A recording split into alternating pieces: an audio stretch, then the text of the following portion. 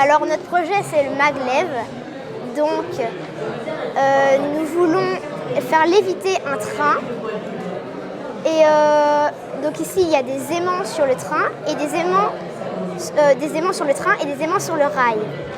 Il y a 3 électroaimants, l'électroaimant qui est au milieu a été récupéré pour l'expérience de Landspinner et on voit ici qu'il lévite.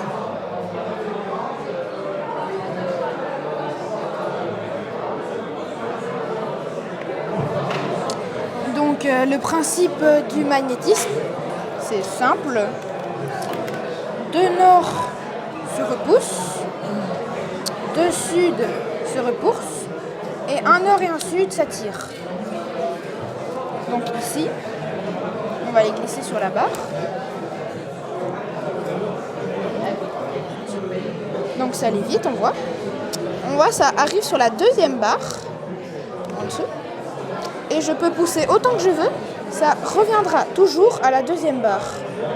Et je peux monter aussi celui-là, ça restera toujours au même écart. C'est pour la maison, ça.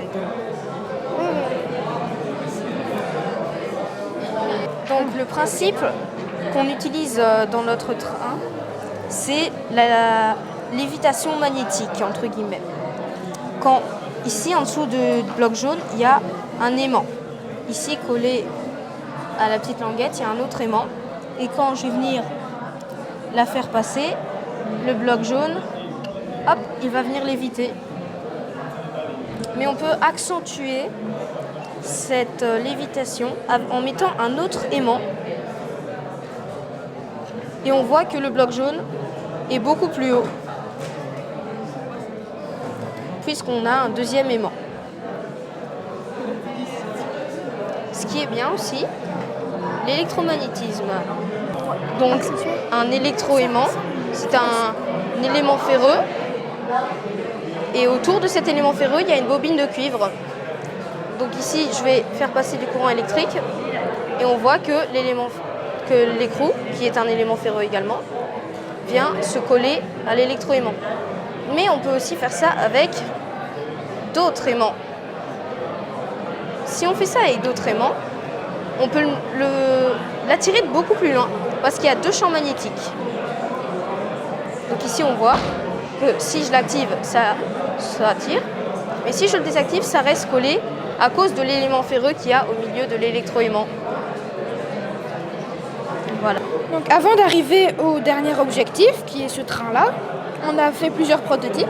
On a commencé par nos simples plaquettes, dans lesquelles on a mis des aimants, donc ça lévite, on voit.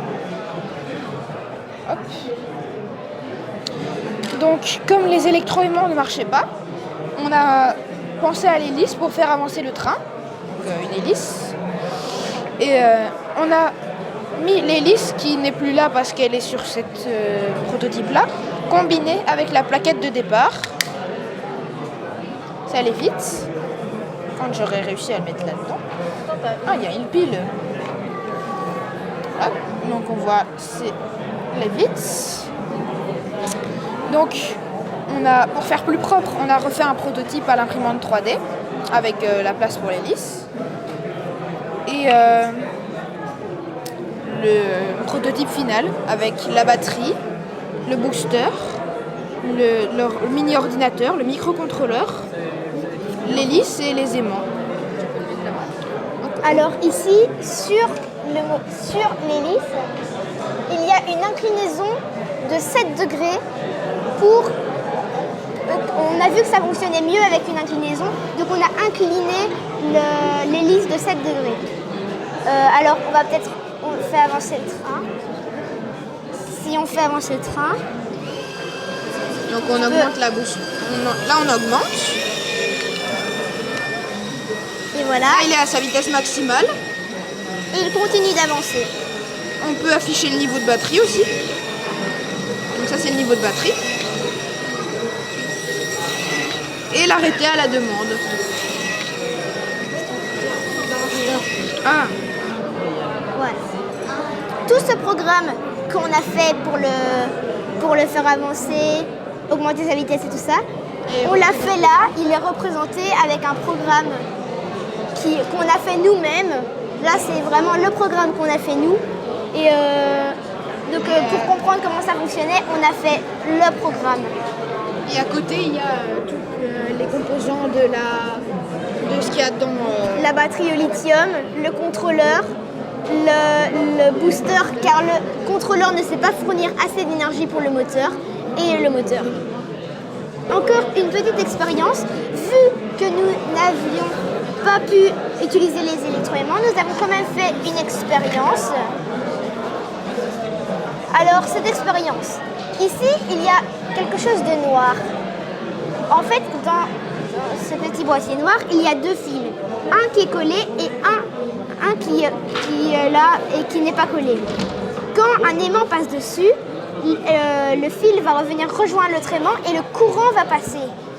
Ce qui fait donc que les fils vont alimenter, quand l'aimant va passer là, les fils vont alimenter l'électroaimant. Puis avec l'inertie, le petit boîtier noir arrête de donner de l'énergie à l'électroaimant et il passe sur le deuxième qui fait donner au deuxième électroaimant et ainsi de suite. Et si on l'active et qu'on donne un peu d'inertie,